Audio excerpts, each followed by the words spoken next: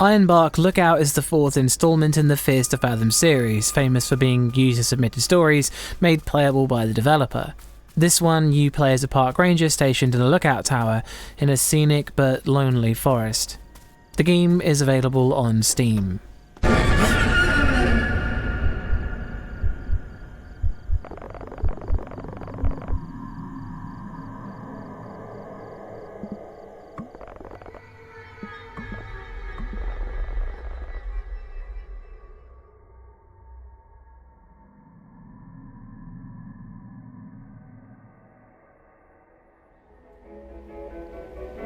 Atmosphere. The game starts off in its usual relaxing style as the stage is set, and this installment is particularly relaxing as you go to a small town diner and eat some enticing food. There's only a minor hint that something's even wrong.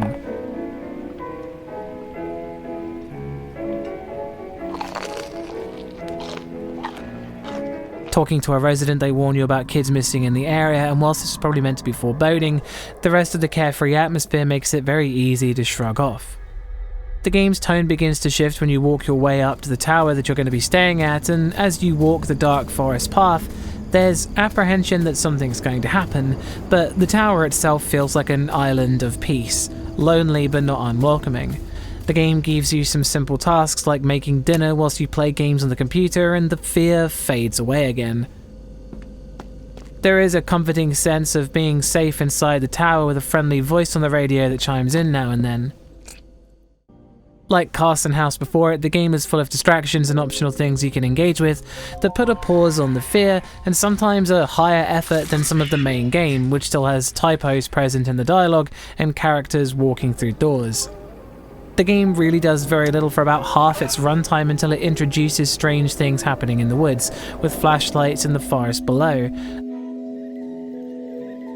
The tower no longer feels safe, and there's a lot of tension and paranoia as things become directed at you, with the feeling of being messed with. Suddenly, everyone becomes suspicious, as you don't know who it is that's doing this to you. After seeing something else in the woods, the tension turns to dread really fast, and maintains it until the end, despite some glitches and very tight scripting. The atmosphere ramps up really slowly for about 2/3 of the game, and then in the final third it's steep climb until it peaks right before the end. The atmosphere is good, it just takes a very long time to get where it's going. That's one Harry Mason.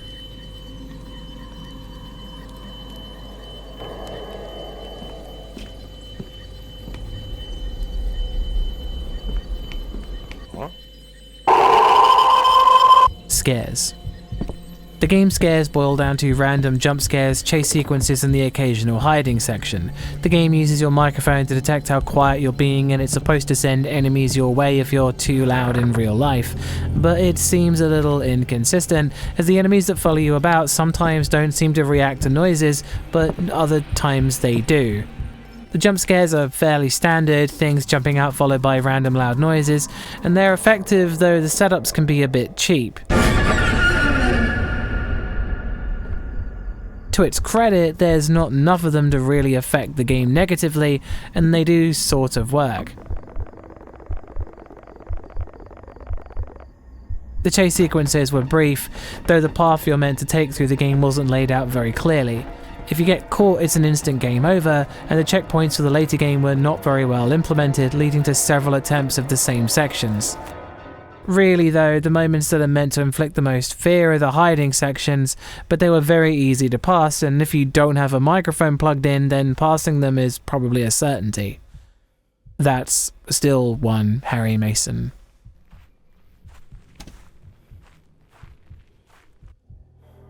Sound design. There's the typical dark and spooky ambient that comes along with these games, and it's once again really good, making even the most average moments have a sense of suspense.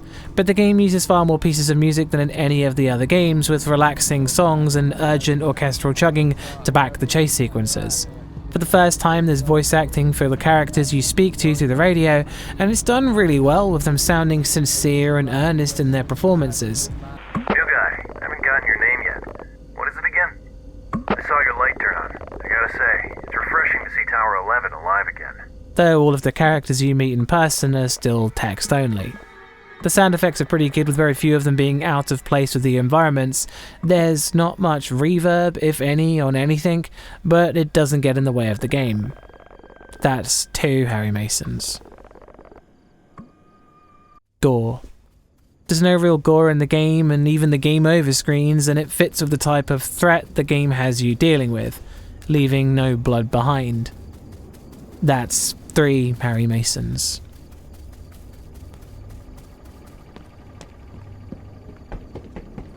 Story. You play as Jack Nelson, a man who takes a job as a park ranger for the summer and ends up getting entangled with shady goings-on in the woods. There's not much in the way of story, with the only real thing you have to go on is the rambling of strangers and the fellow ranger you can chat with on the radio. The story is more felt through the events, which is better left discovered. Even though there weren't many places the story could have gone, it was still surprising nonetheless that it went the way it did. There isn't much here to comment on, but the story having a single plot twist was good enough to keep the game going, making the final score 4 out of 5 Harry Masons. The game still suffers sometimes with the extremely slow build-up, but it's all for a good purpose, and sometimes they're the most enjoyable parts of the game. It does still have a lot of seemingly unnecessary extra content like the previous games, and maybe more time could have been spent fixing bugs and making the main game mechanics more functional and flexible, but it's still good as is. Again, I'd like to remind you the whole thing is down to my opinion of horror games. If you don't share this opinion, then that's cool, I get it. I'd like to point out that whilst I did think about staying for the summer, I didn't end up doing it, and advise you don't either. There will be more horror reviews in the pipeline, and thanks for watching. Always go check out Bumps in the middle of the night. Peace.